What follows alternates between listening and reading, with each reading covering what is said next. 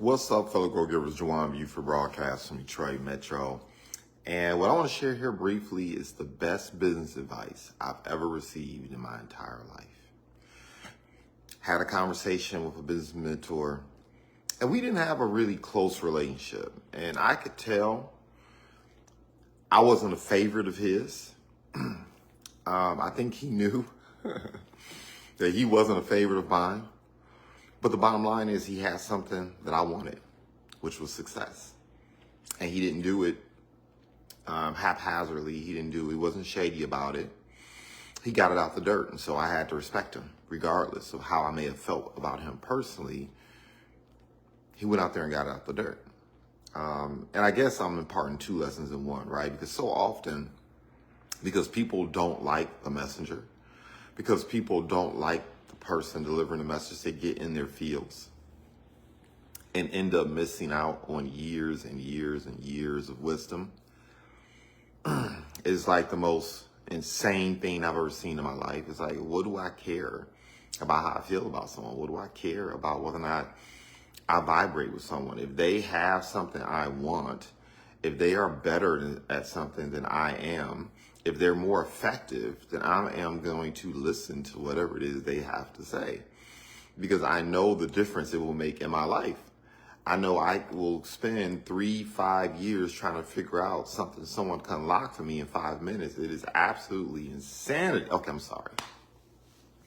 I was about to go in on one because I just see this happen so often out here, man. People are, oof.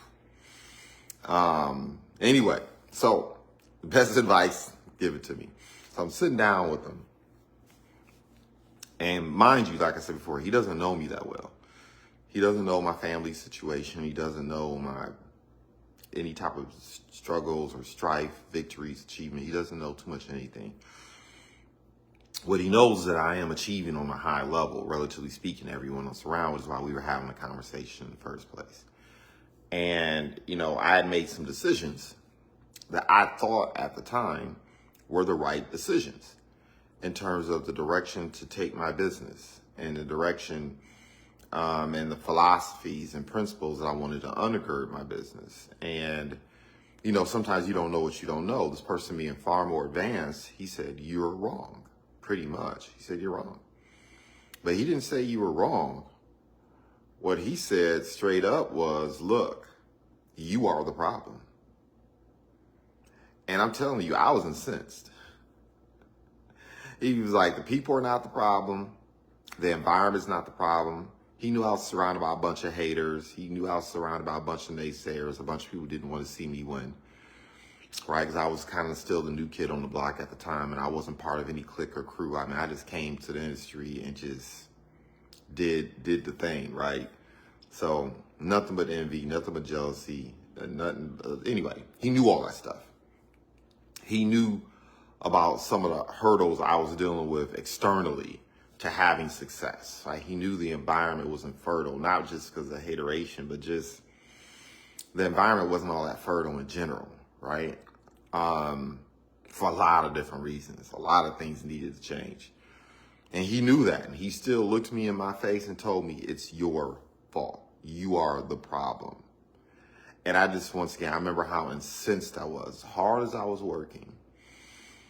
The fact that I was still winning despite my experience, lack of experience, stacks, all these deficits I had in terms of knowledge and really understanding the industry on a high level.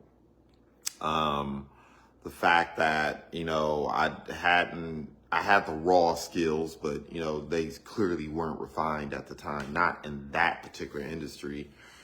And I was still crushing it. I was winning. If you know what I'm talking about, when you are, when you have those type of deficits and you're still winning, that means you're expending a lot of energy. Okay. Like I was really vested in the things I was doing to help myself and, take care of my family and take care of the people who are underneath my cover, right? The people whom I was training, the people whom I was serving and helping, right? And for him to turn to me and tell me that I was the problem when I thought to myself, I'm clearly the solution. At least I'm putting forth the effort. At least I'm going above and beyond other people. I said, man, let's just say there were some things I wanted to say in response.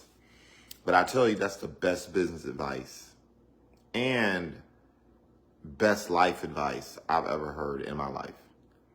And I wasn't ready for it. I didn't receive it right away, right?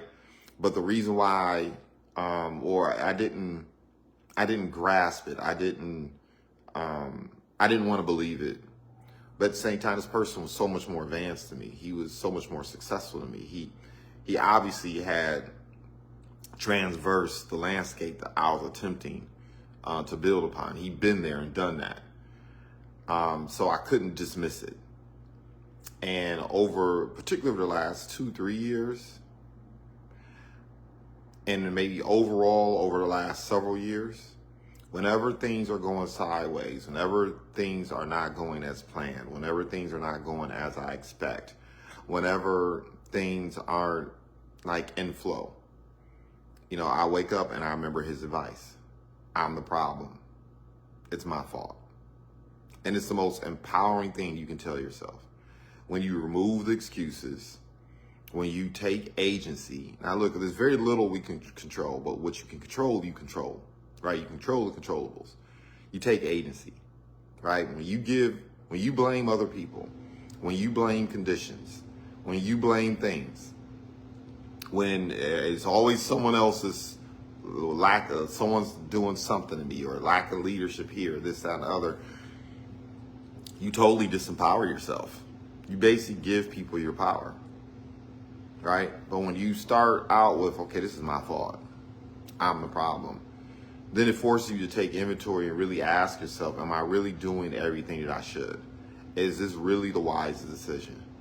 What is it that I could have done, that I could have controlled for? What habits, thought processes, what learnings, et cetera, should I adopt before I proceed further? Because obviously, either I'm not doing something right or I'm not doing something enough.